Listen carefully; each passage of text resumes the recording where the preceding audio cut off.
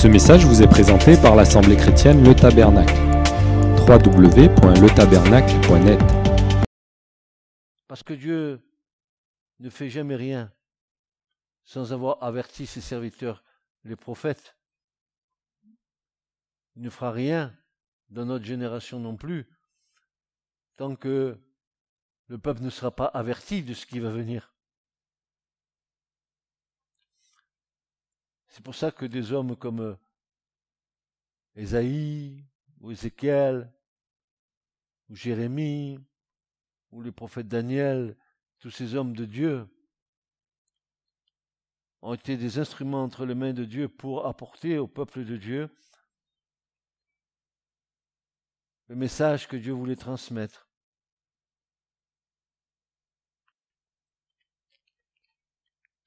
Voyez et goûtez combien Dieu est bon et combien Dieu prend soin de nous en ayant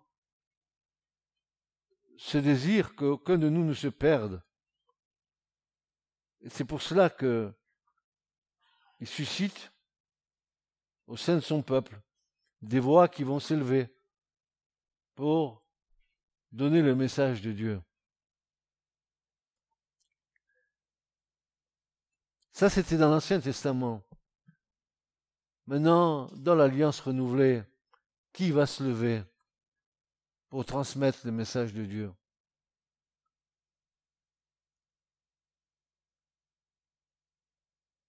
Qui, dans la génération ou dans ce que nous appelons le temps de la grâce, qui va se lever pour porter le message de Dieu?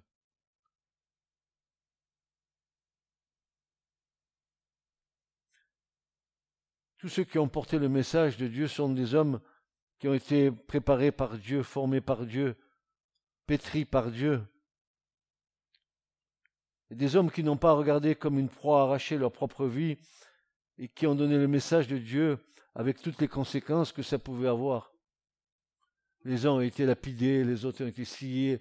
Quand tu portes quelque chose du royaume et que tu dois l'apporter, c'est pas une mince affaire.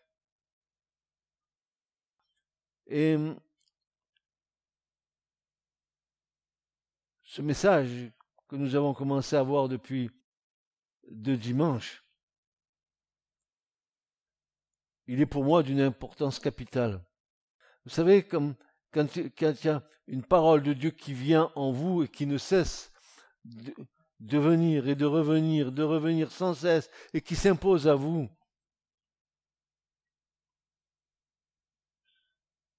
qu'est-ce qu'il faut faire? Il faut la donner.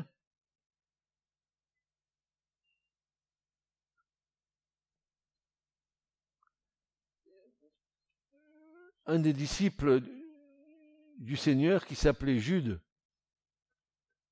a écrit ceci dans Jude, verset 3, parce qu'il n'y a pas de chapitre dans l'épître de Jude, il n'y a que des versets.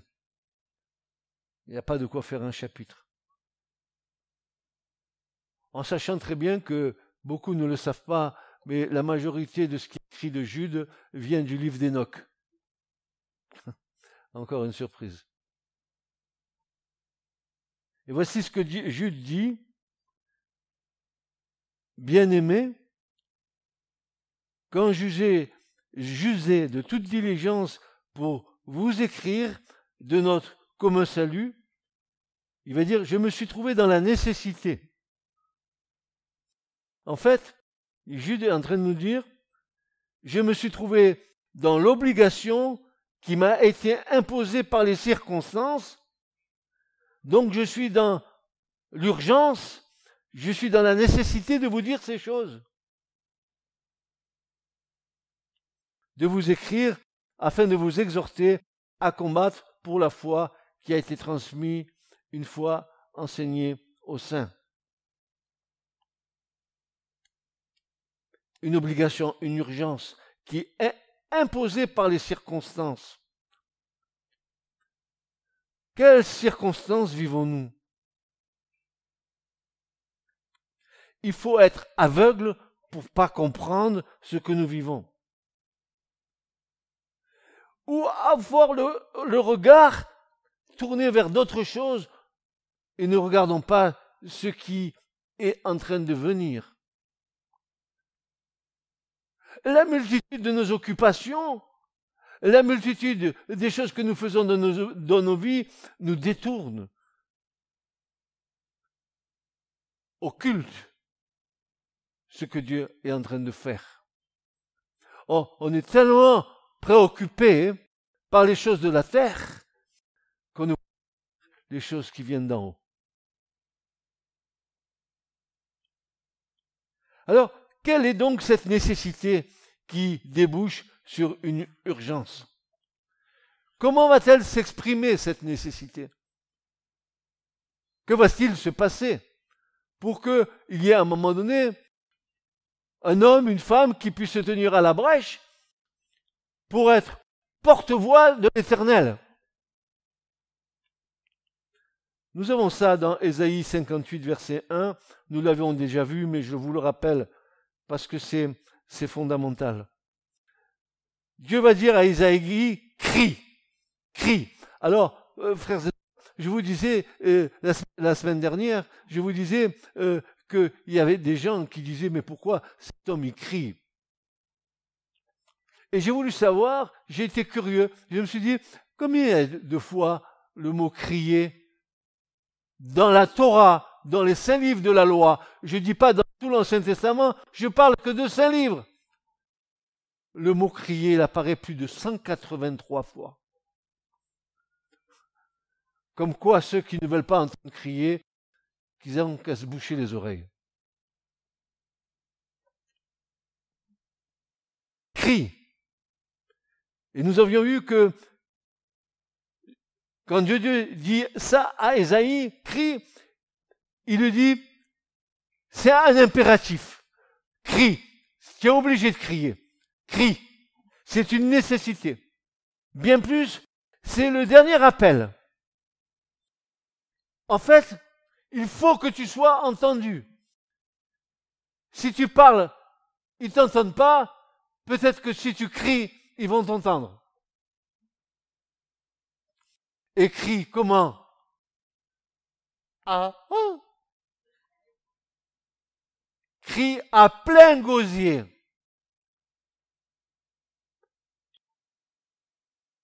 Ah, en fait, excusez-moi, défonce-toi les cordes vocales. Crie.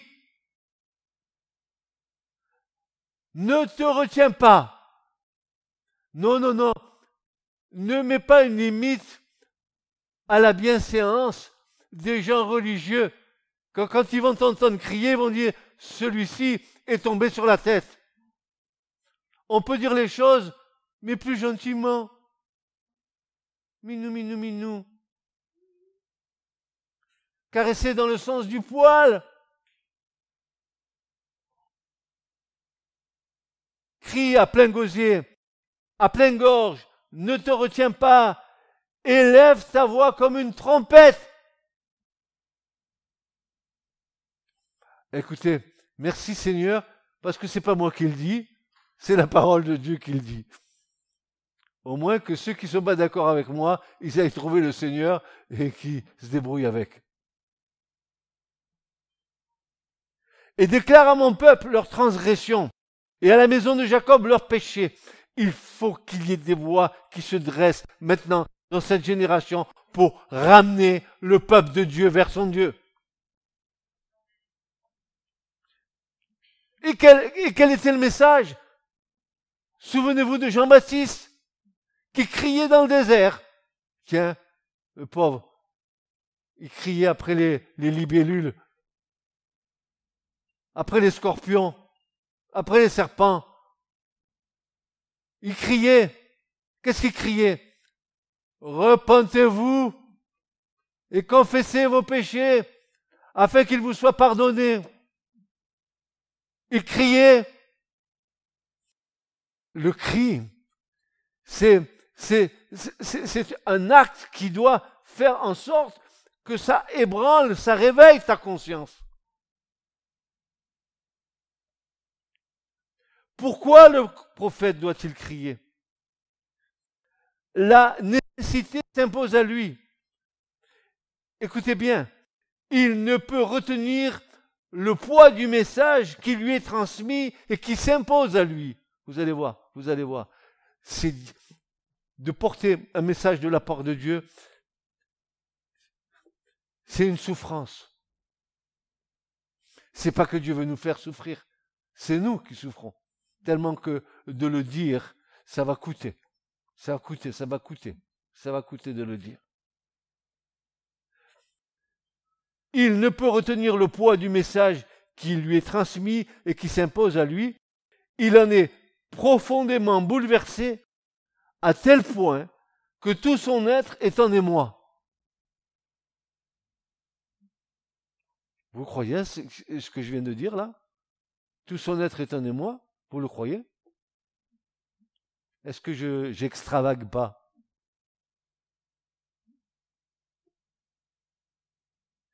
Le prophète ne peut échapper à donner le message, tant ce dernier s'impose à lui, jusqu'à le tourmenter. Tel est l'état du prophète. Alors regardez bien si c'est moi qui extravague ou c'est la parole de Dieu qui nous éclaire. Jérémie 23, 9. Regardez Jérémie. Et pas que Jérémie. Je vous renvoie à Daniel. Je vous renvoie à Ézéchiel. Je vous renvoie à Ésaïe. Je vous renvoie à tous les prophètes qui ont reçu de la part de Dieu quelque chose à transmettre. Eh bien voilà comment ils l'ont transmis. Regardez verset 9 du chapitre 23. À cause des prophètes, mon cœur est brisé. Au-dedans de moi, tous mes os tremblent. Tiens, comment se fait-il que la parole de Dieu qui est donnée par Dieu fait que ton être intérieur, il tremble de partout? Quelle est la puissance de la parole pour que toi, dans ton être intérieur, tu trembles? Parce que le poids des mots qui se sont donnés par Dieu, c'est un poids de gloire qui est en toi et qui est difficile à apporter pour toi. Tu dois le donner. Tu dois le donner. Tu ne peux pas faire autrement que donner que ce que Dieu a mis sur ton cœur. Il est dit, à cause des prophètes, mon cœur est brisé au-dedans de moi, tous mes os en tremblent. C'est-à-dire, mon être intérieur tremble. C'est un tressaillement non maîtrisable, car venant de l'Esprit Saint. Et Jérémie dit, je suis comme un homme ivre, comme un homme que le vin a surmonté. À cause de quoi? À cause de l'Éternel et à cause des paroles de sa sainteté. Ah voilà.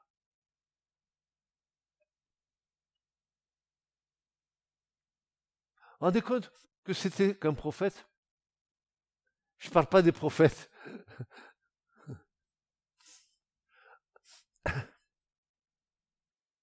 Bref.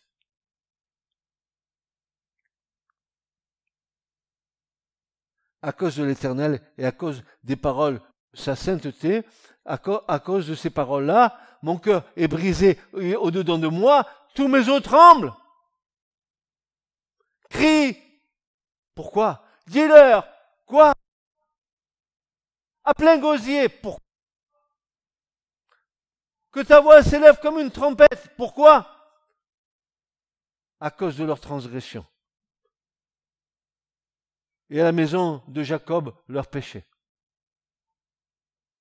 Croyez-vous que le peuple de Dieu n'a pas besoin de ce message?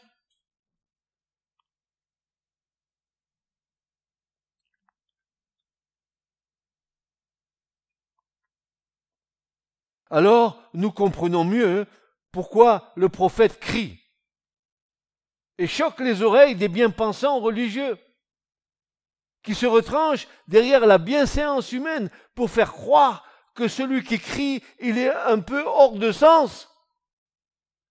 Mais ils n'ont pas compris que s'il n'y a pas d'électrochoc, le sommeil demeure, et si le sommeil demeure, la mort aussi.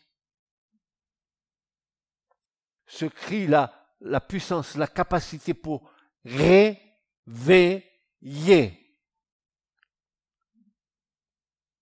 Quoi? Les consciences anesthésiées et endormies. Pourquoi? À cause du péché.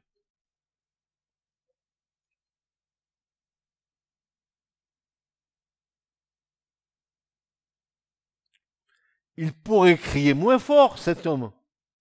On entendrait aussi bien. Mais la seule différence est dans la force du cri qui doit réveiller les consciences anesthésiées et réveiller les cœurs endormis des gens religieux. Ne faites pas de bruit. Nous désirons une ambiance spirituelle qui ne dérange pas trop. Cela choque ma bienséance. S'il te plaît, prends un violon, joue-moi une berceuse.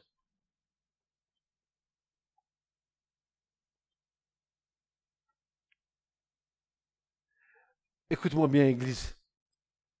Mais pourrais-tu retenir ce pourquoi Dieu t'a destiné? Si Dieu a mis quelque chose en toi, tu vas le retenir? Destiné. Mais à quoi Dieu m'a destiné? Alors écoute, t'es-tu posé la question de ton existence dans cette génération?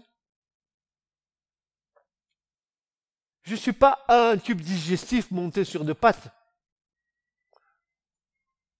Je mange et j'évacue.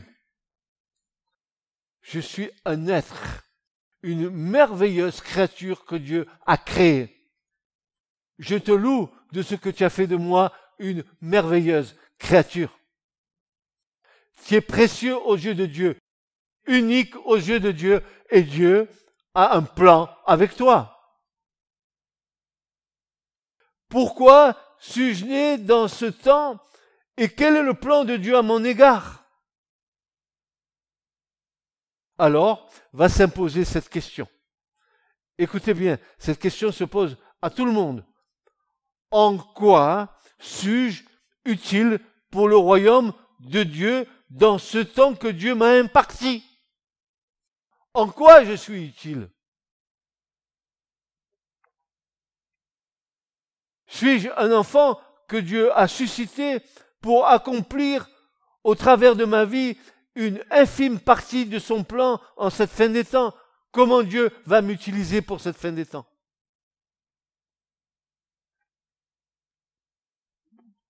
Ben non, tu comprends. Moi, je vais à la messe évangélique tous les dimanches. On y est bien. Il y a des petits chants sympas. Le pasteur, il est un peu tombé sur la tête, mais c'est pas grave, ça se passe bien en général.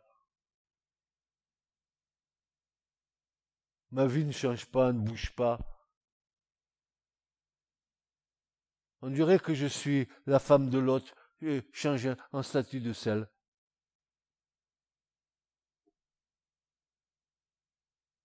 Ai-je conscience de ma responsabilité qui m'a été impartie par le Seigneur lui-même? À quoi ai-je été appelé? Ou alors, je n'ai aucune notion de mon appel. Je vis une foi dénuée d'un avenir. Je vis le jour et je n'ai aucune notion de ce que je suis réellement dans le Seigneur. Est-ce la faute de Dieu ou est-ce ma faute? Qui est responsable? Dieu ou moi? Il a tout mis sous nos pieds. Il nous a tout donné. Notre capacité vient de lui, les talents viennent de lui. Il nous donne tout gratuitement. Qu'est-ce qu'on en fait? Rien. On se turlupine avec nos problèmes. On se regarde le nombril. On est heureux de vivre sa foi. Eh bien, quelle espérance.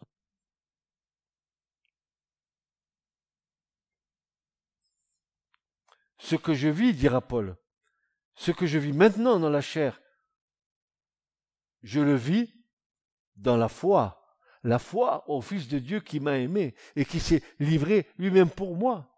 Voilà, je vis pour ça. Est-ce que le membre du corps que je suis,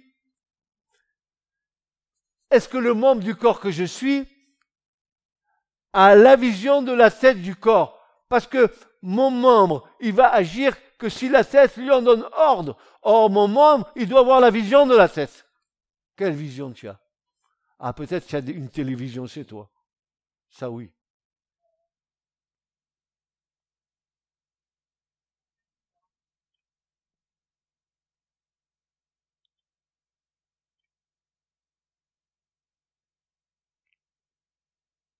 Est-ce que le membre du corps que je suis a la vision de la tête du corps qu'est le Christ? Suis-je en harmonie avec mon Seigneur? Qu'est-ce qu'il veut de toi, le Seigneur? Tu le sais? Ah, moi, je sais rien, moi. Il me parle jamais. Ah, il te parle jamais? Quoi, tu es fâché avec lui? Tu es en communion avec lui? Non, il me parle jamais. Tu l'as invité à rentrer dans ta chambre?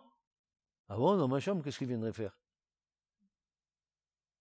Là, et dans le secret, lui as-tu parlé?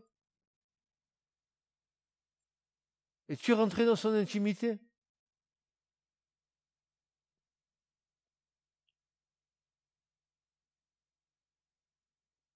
Et la parole de l'Éternel vint à moi disant, écoutez bien, avant que je te formasse dans le ventre de ta mère, je t'ai connu. Et ma chère Nanette, ma chère Babou, avant même que Dieu te forme, parce que l'homme il croit que c'est lui qui a formé, tu crois que c'est toi qui as formé tes enfants. Tu te trompes, hein. Tu te trompes. Tu sais pas le combat qu'il y a eu pour que ça sorte, ça? Des milliards de spermatozoïdes qui veulent rentrer dans l'utérus pour féconder, il n'y en a qu'un. Et c'est celui que Dieu a choisi, bien sûr. Et les autres, à gauche, à droite. Ouais, hein? Avant que je te formasse, avant même que ton père et ta mère aient eu une relation sexuelle, Dieu te connaissait. Ouh. Jennifer. Eh oui. Et je t'ai connu, et avant, ah ben il dit avant que tu sortisses de son sein, avant même que tu sortes du sein de ta mère, que tu naisses, alors je t'ai sanctifié, je t'ai établi prophète pour les nations, avant même. Pourquoi je t'ai posé la question tout à l'heure? Sais-tu à quoi tu as été appelé? Sais-tu pourquoi Dieu t'a choisi? Et alors? Des chrétiens sans avenir, sans vision du royaume, des hommes et des femmes qui tournent en rond dans le désert.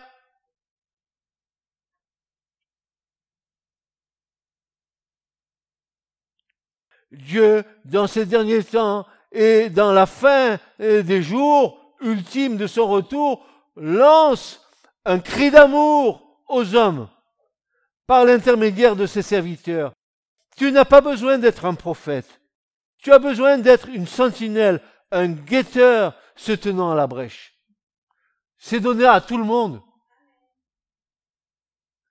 Si tu aimes ton prochain, comme tu aimes Dieu, tu devrais te soucier de tous ceux qui sont en train de se perdre et de les ramener dans la maison du Père. Au lieu de dire, j'ai un problème, j'ai des ci, j'ai des mi, j'ai des l'autre, je m'en sors pas, règle tes problèmes. Et arrête de te turlupiner le nombril avec tes problèmes, à te focaliser sur tes problèmes. Arrête, arrête. Ils vont t'empêcher de rentrer dans le royaume. Tu n'as pas besoin d'être un prophète, tu as besoin d'être une sentinelle, un guetteur se tenant à la brèche. Voici encore les avertissements des sentinelles, les avertissements des guetteurs de la part de Dieu. Ainsi, par l'Éternel, je vous ai envoyé sans me lasser. Dieu ne s'est pas fatigué, et Dieu ne se fatigue pas. Tant qu'il aura atteint le but, il ne va pas se lasser. Nous nous lassons, pas lui.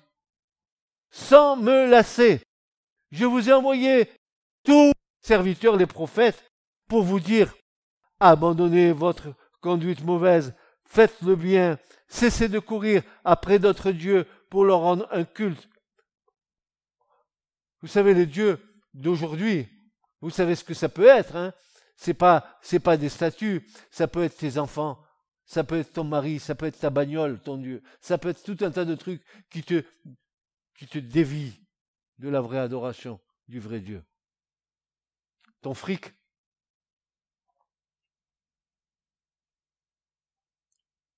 tout ce qui passe avant Dieu. Ta femme, tout ce qui passe avant Dieu.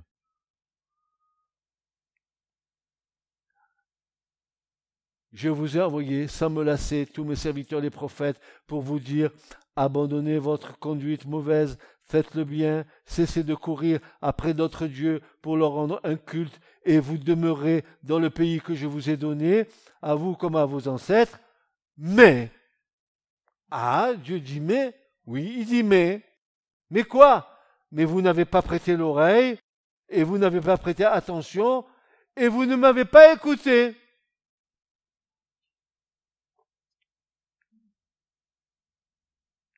Tu comprends, tu n'écoutes pas le pasteur, comment tu vas écouter Dieu?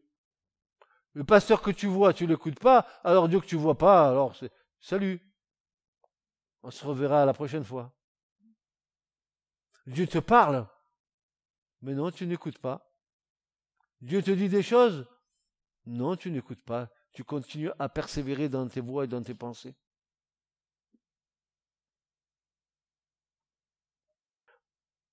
Avez-vous remarqué ce que Dieu dit?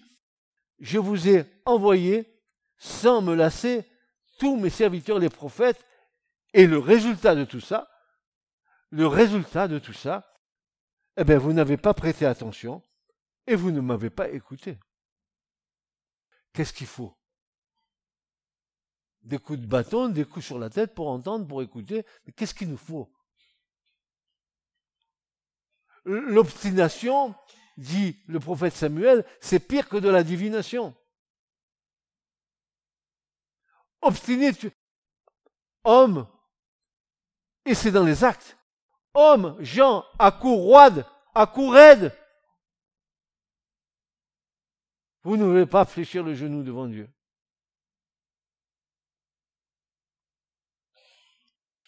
En fait, si vous n'écoutez pas le message que transmettent les prophètes, eh bien le résultat est le suivant. Vous n'écoutez pas Dieu.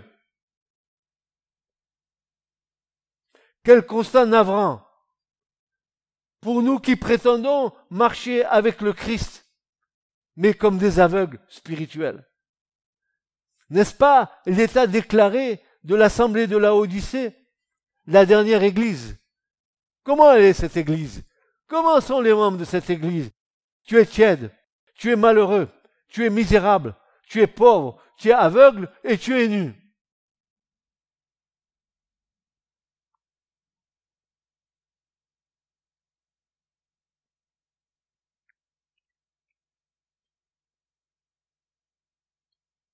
Ainsi, aujourd'hui, qui écoute Dieu et qui écoute ce que le Saint-Esprit dit à l'Assemblée?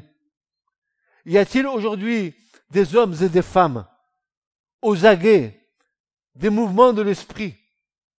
Quelle est l'actualité du Saint-Esprit dans notre génération? Et que nous rappelle-t-il dans ces temps mauvais? L'actualisation des paroles de notre admirable Messie prennent tout leur sens dans ces temps ultimes. Frères et sœurs, nous ne sommes pas sans point de repère. Quelle description admirable de l'état du monde comparé au temps de Noé et au temps de Sodome et Gomorrhe. Voilà la description de l'état de notre génération. Jésus lui dira, c'est comme du temps de Noé et comme du temps de Sodome et Gomorrhe. Mais il n'y a pas pire que Sodome et Gomorrhe aujourd'hui. Mais c'est allé à l'extrême de l'extrême. La nouvelle religion, la laïcité, elle a fait son boulot. Le diable a fait son boulot.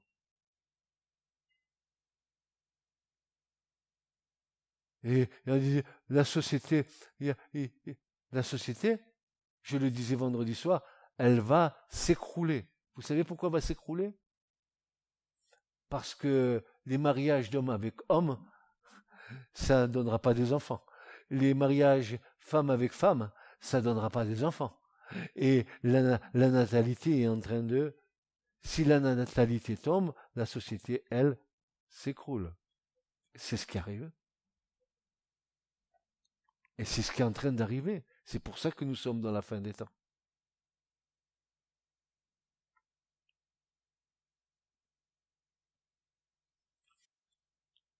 Quelle description admirable de l'état du monde, comparé au temps de Noé et au temps de Sodome et Gomorrhe.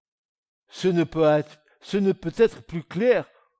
Ou alors les avertissements de Paul à Timothée. Alors celle-là, elle est bonne. Je me demande comme Paul il a dû venir dans notre génération. Hein. Et Dieu a dû le transporter en esprit dans notre génération. Parce que voilà ce qu'il nous dit Paul. 2 Timothée 3, versets 1 à 12. Il dit à son enfant Timothée, sache bien que des temps difficiles nous attendent. Ah bon? Oui. Écoutez bien, la période finale de l'histoire de ce monde sera une époque périlleuse et trouble. Les hommes y seront égoïstes,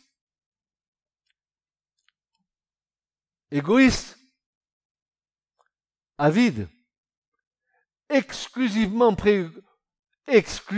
préoccupés d'eux-mêmes. Et moi. Je vous dis, les yeux fixés sur leur nombril. De leur richesse, de leur réalisation, de leurs prétentions. Ils seront de plus en plus arrogants, jaloux, envieux, blasphémateurs et médisants. Ils ne connaîtront plus ni respect envers les parents, ni reconnaissance, ni respect pour ce qui est sacré, ni affection, sans cœur et sans foi. Ils seront implacables dans leur haine, parjures et calomniateurs, incapables de se discipliner. Ils se livreront sans frein à la passion, à l'immoralité. Cruels, effrontés et brutaux, ils agiront sans piété aucune. Les valeurs morales les laisseront indifférents. Ils haïront ceux qui font le bien et seront prêts à toutes les trahisons et toutes les impudences. Aventureux et frivoles, imbus d'eux-mêmes, enflés d'un orgueil qui les aveuglera. Ils aimeront le plaisir plus que Dieu. La volupté et les amusements rempliront leur âme et occuperont la place de Dieu. Certes, ils resteront attachés aux traditions extérieures de la religion, et pour sauver la façade, ils garderont l'apparence de la piété, mais en réalité, ils ne voudront rien savoir de ce qui en fait la force. Ils ne lui laisseront exercer aucune influence sur leur vie. Aussi leur conduite démentira-t-elle leur profession de foi. Détourne-toi de ces gens-là, écarte-les de l'Église.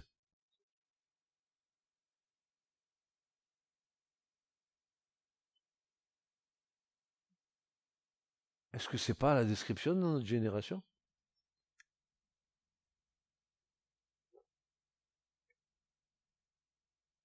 Comment Paul pouvait-il savoir cette chose-là?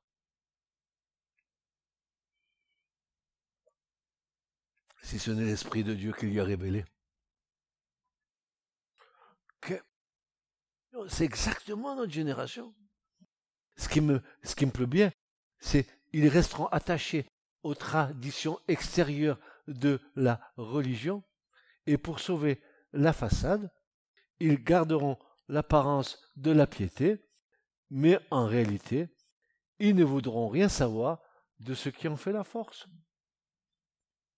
Ils ne lui laisseront exercer aucune influence sur leur vie.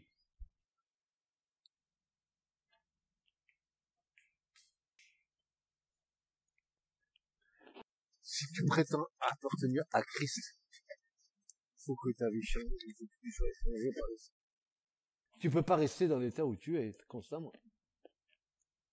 Tu sais pourquoi?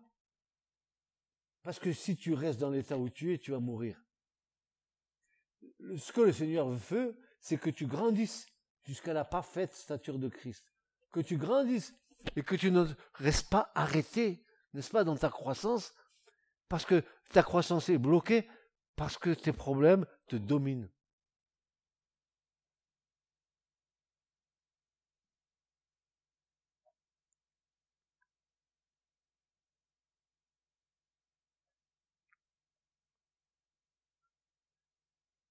Les contractions de la création sont le signe évident des douleurs de l'enfantement. Même la création, même cette terre, elle est dans les douleurs de l'enfantement. Vous ne croyez pas que la création ne souffre pas? Ce que nous en avons fait, nous les hommes, elle ne souffre pas cette création? Le péché de l'homme l'a fait souffrir. Et chacun avec sa part de responsabilité. Et Paul déclare dans Romains 8, versets 19 à 23, il va dire ceci: car la vive attente de la création, qu'est-ce qu'elle attend? Elle souffre. Et la seule chose qui va réjouir cette création, c'est la révélation des fils de Dieu. Quand Dieu va révéler ses enfants, quand le Seigneur va venir rétablir un millénaire de paix sur la terre, quand le lion sera en train de manger avec l'agneau, quand l'enfant mettra sa main dans le trou du serpent, il lui sera fait aucun mal, que toute la création aura trouvé la paix parce que le péché n'y sera plus. Car la vie attend de la création, attend la révélation des fils de Dieu, car la création a été assujettie à la vanité.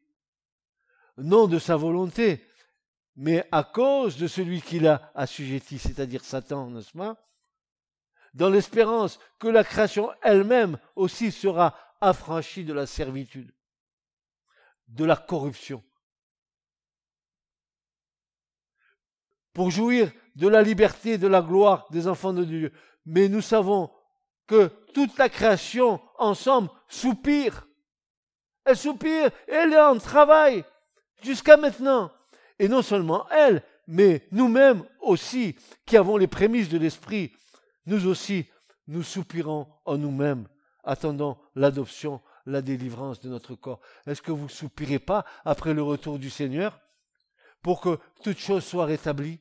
Est-ce que vous soupirez pas de voir la terre dans quel état elle est, notre génération, notre pays? Vous ne souffrez pas de ce que le pays est en train de vivre? Non, hein? Non. Gilets jaunes. Alors là, on en parle, gilets jaunes ou gilets bleus. Alors là, ça alimente les conversations, ça, hein?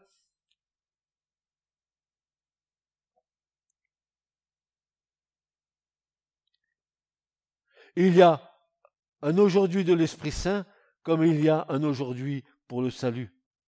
Cette proximité même de l'enlèvement nous pousse à entrer dans le combat de la prière, à intercéder par le Saint-Esprit.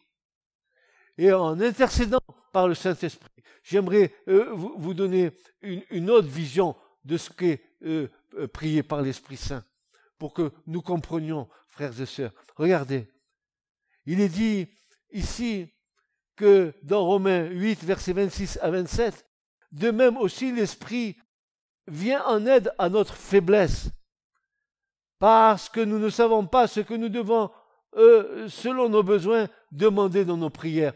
Donc, nous ne savons pas réellement prier.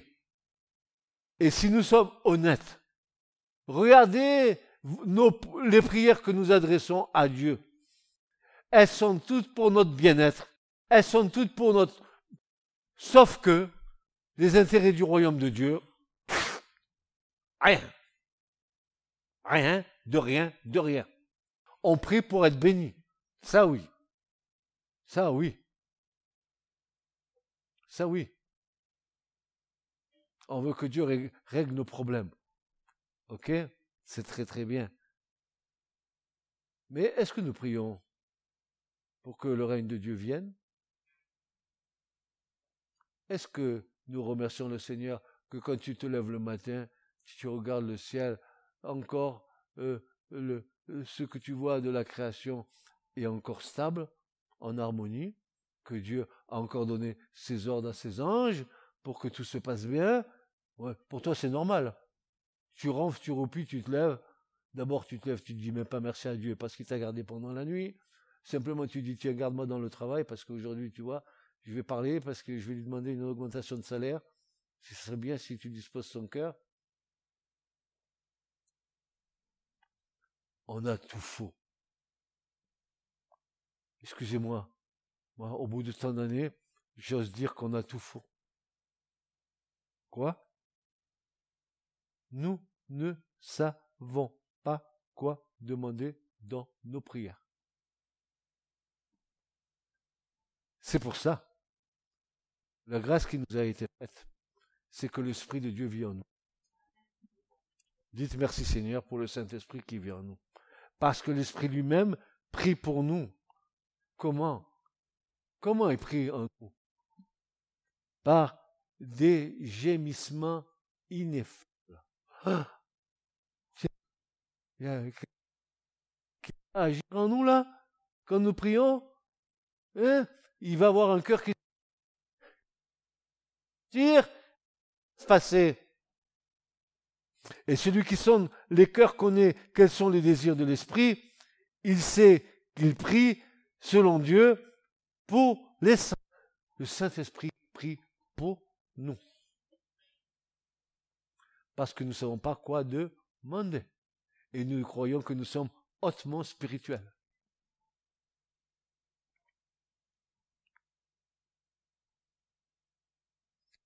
J'ai notre traduction de ce passage.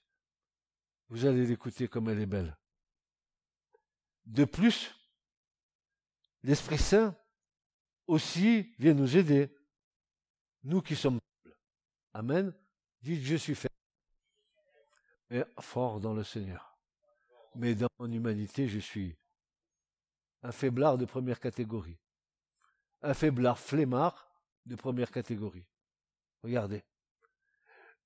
L'Esprit Saint aussi vient nous aider, nous qui sommes faibles. Nous ne savons pas prier comme il faut. Alors l'Esprit Saint lui-même prie pour nous avec des gémissements que la bouche ne peut pas redire. Mais Dieu voit le fond des cœurs. Il sait ce que l'Esprit veut demander. Oui, l'Esprit Saint prie comme Dieu le veut pour ceux qui lui appartiennent. C'est beau. Quelle belle traduction.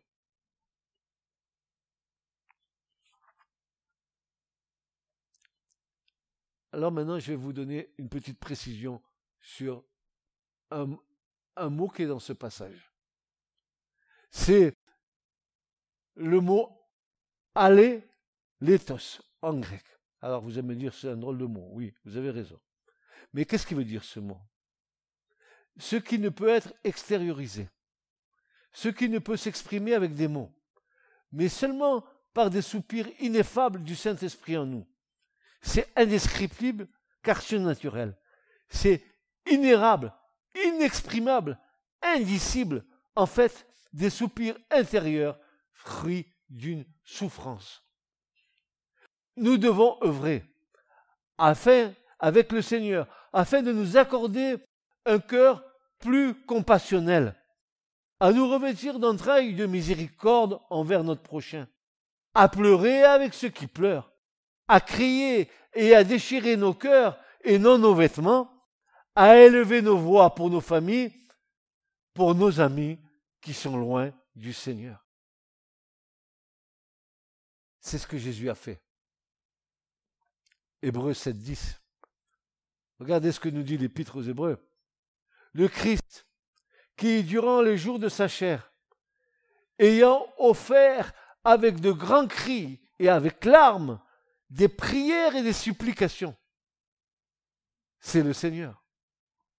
Il a offert avec de grands cris et avec larmes des prières et des supplications à celui qui pouvait le sauver de la mort, et ayant été exaucé à cause de sa piété, quoiqu'il fût fils, il a appris l'obéissance par les choses qu'il a souffertes. Et ayant été consommé, rendu parfait, il est devenu pour tous ceux qui lui obéissent l'auteur du salut éternel.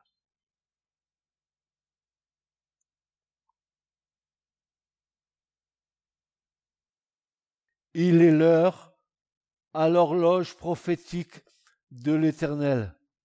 Et comme Christ, durant les jours de sa chair, nous offrons nous aussi, avec de grands cris et avec des larmes et des prières et des supplications, à celui qui peut nous sauver de la mort éternelle et nous prendre dans son ciel de gloire. Mais pas seulement notre petite personne, mais un cœur ouvert à l'amour universel de Dieu, à tous les hommes. Accorde-nous ce cœur, Seigneur.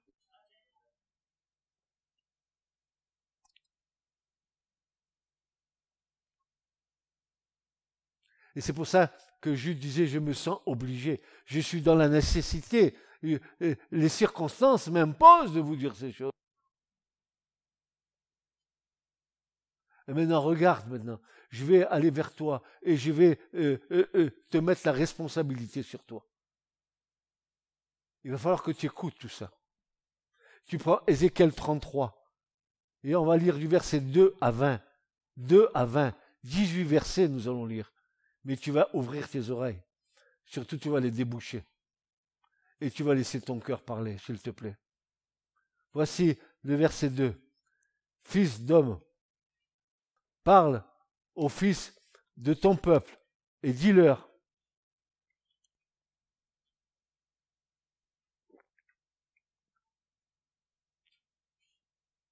qu'est-ce qu'il va leur dire? Si je fais venir l'épée sur un pays et que le peuple du pays prenne un homme d'entre eux tous et se le donne pour sentinelle. Merci Seigneur pour la sentinelle. Quelqu'un qui observe, quelqu'un qui veille, quelqu'un qui épie. Et que cette sentinelle voit venir l'épée sur le pays et sonne de la trompette. Ah, super. Il avertit, en plus il sonne de la trompette. Alors si avec ça tu n'entends pas, tu n'écoutes pas, c'est que tu es bouché, quoi. Voilà. Spirituellement, tu es bouché. C'est pas la peine. Il faut que tu reviennes au point de départ. Regarde bien. Et qu'il voit venir l'épée sur le pays et sonne de la trompette et avertisse. Il avertit le peuple. Et que quelqu'un entende bien le son de la trompette, mais ne reçoive pas l'avertissement. Et que l'épée vienne et le saisisse. Son sang sera sur sa tête. Tu es responsable. Dis, je suis responsable. Tu es responsable. Le guetteur, il sonne de la trompette, il te le dit, tu n'écoutes pas, tu es responsable. Si t'arrive un problème, c'est toi qui es responsable de ce problème. Tu auras été averti.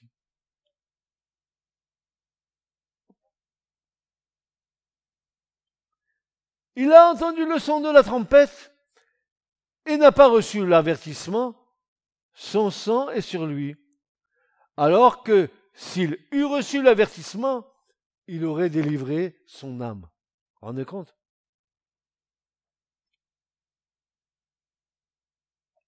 Mais si la sentinelle voit venir l'épée, et que moi, je ne sonne pas de la trompette, que je n'avertisse pas, alors que je sais, serviteur de Dieu qui écoutez, écoutez bien, si vous savez, ne cachez pas. Si la sentinelle voit venir l'épée et ne sonne pas de la trompette, et que le peuple ne soit pas averti, et que l'épée vienne et saisisse quelqu'un d'entre eux, lui est saisi dans son iniquité, mais je demanderai son sang de la main de la sentinelle. Ça veut dire que je suis responsable de ne pas vous avoir averti de ce qui allait arriver. Mais comme je vous avertis, c'est vous qui êtes responsable, c'est pas moi.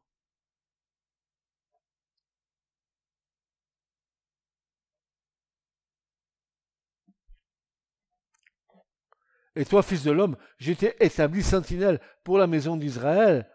Tu entendras la parole de ma bouche et tu les avertiras de ma part. Quand je dirai aux méchants, méchant, certainement tu mourras, et que tu ne parleras pas pour avertir le méchant à l'égard de sa voix, lui, le méchant, mourra dans son iniquité, mais je redemanderai son sang de ta main. Si, par contre, tu avertis le méchant à l'égard de sa voix, pour qu'il s'en détourne, et qu'il ne se détourne pas de sa voix, il mourra, lui, dans son iniquité, mais toi, tu auras délivré ton âme. Amen. Amen. Dieu est juste et bon. Et toi, fils de l'homme, dis à la maison d'Israël, vous avez parlé ainsi disant, nos transgressions et nos péchés sont sur nous, et nous sommes consumés par eux. Et comment vivrions-nous? Dis-leur. Je suis vivant, dit le Seigneur l'Éternel, si je prends plaisir en la mort du méchant. Mais plutôt, à ce que le méchant se détourne de sa voie et qu'il vive. Détournez-vous de vos mauvaises voies.